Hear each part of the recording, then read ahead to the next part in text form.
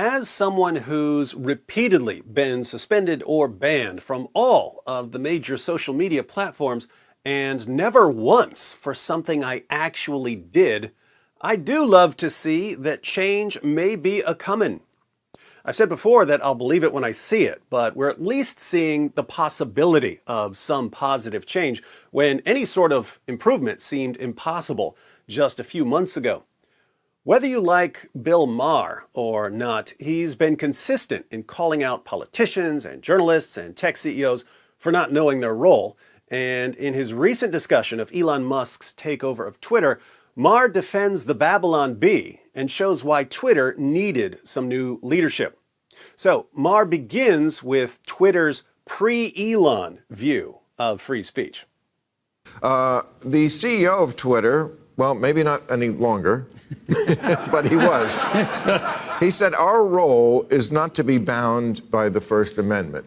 And pre-Elon Twitter is correct in that the First Amendment is about the U.S. government not interfering with free speech. The First Amendment isn't about what rules businesses can make.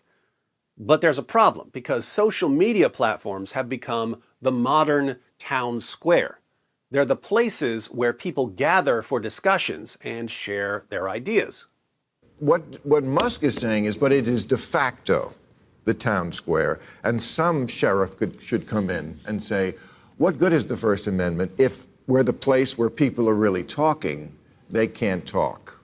So the problem that arises is that platforms that are not bound by the First Amendment have become the places where people have discussions and share their ideas.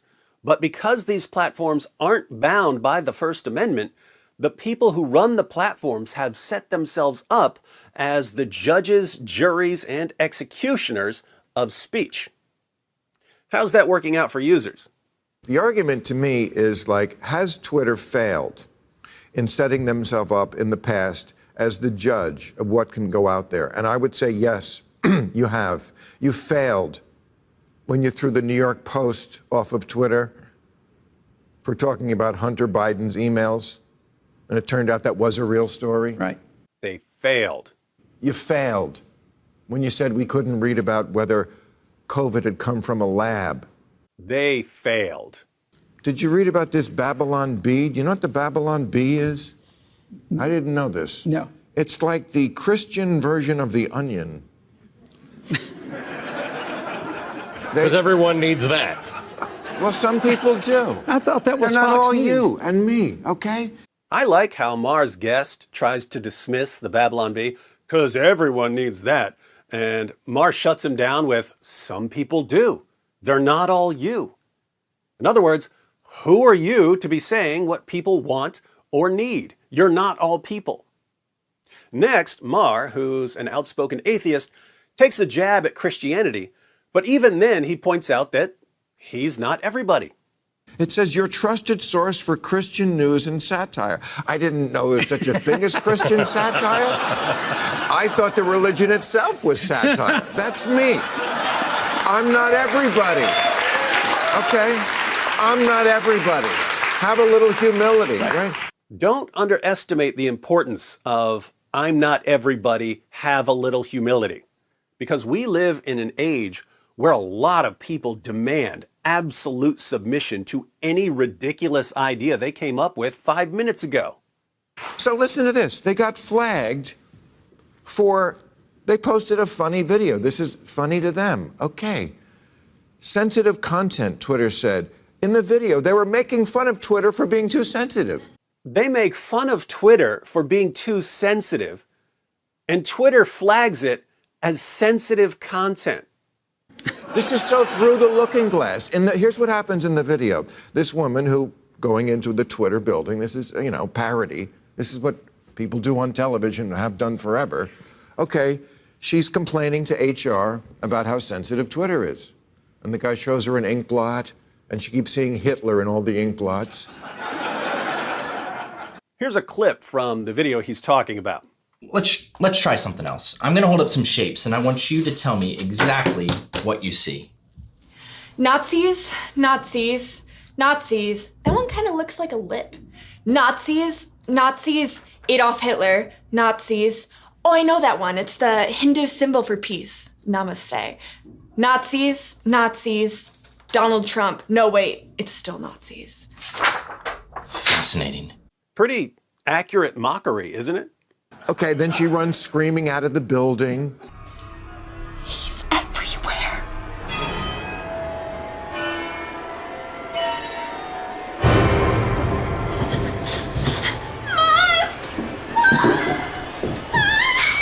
So, what should we conclude? This is well within what satire has always been. And the fact that they flagged this for being insensitive shows their complete lack of self-awareness about what their own problem is. If that's where the line is, you have failed, Twitter. You do need a new sheriff. Yeah. Did you catch that last comment about Twitter needing a new sheriff?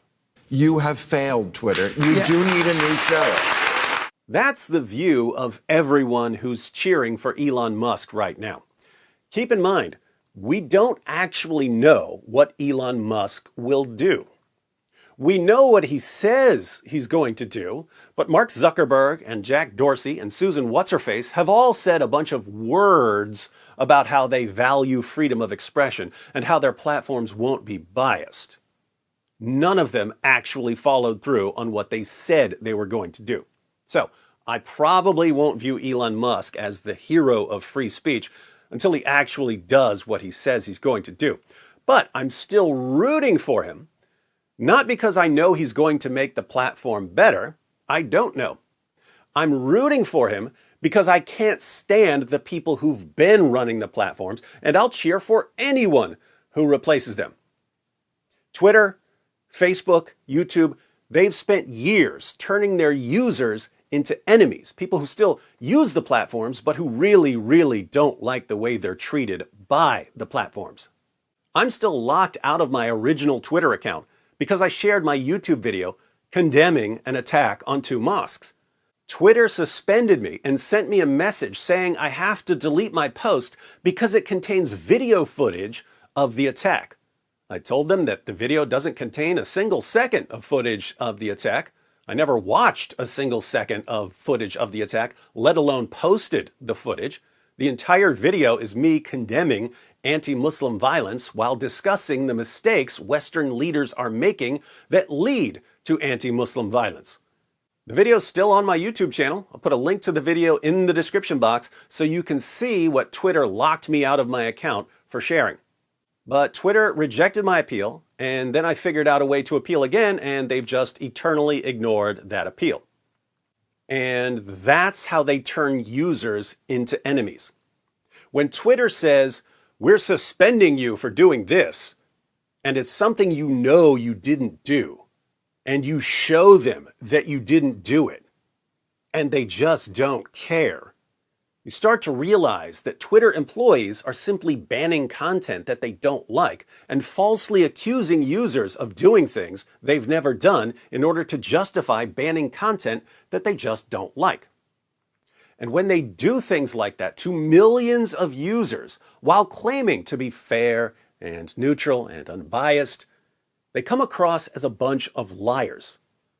Given the choice between, on the one hand, a bunch of extremely biased liars who obviously despise roughly half of the platform's users and who use their positions in the company to control speech that they have no business controlling, and on the other hand, some new guy who may or may not follow through on his promises, we'll go with the new guy every single time.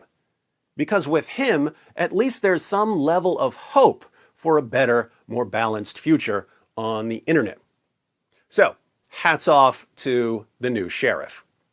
By the way, if you'd like to know why the major tech platforms never follow through on their promises to protect freedom of expression, be sure to check out my video, How Big Tech Became Big Brother.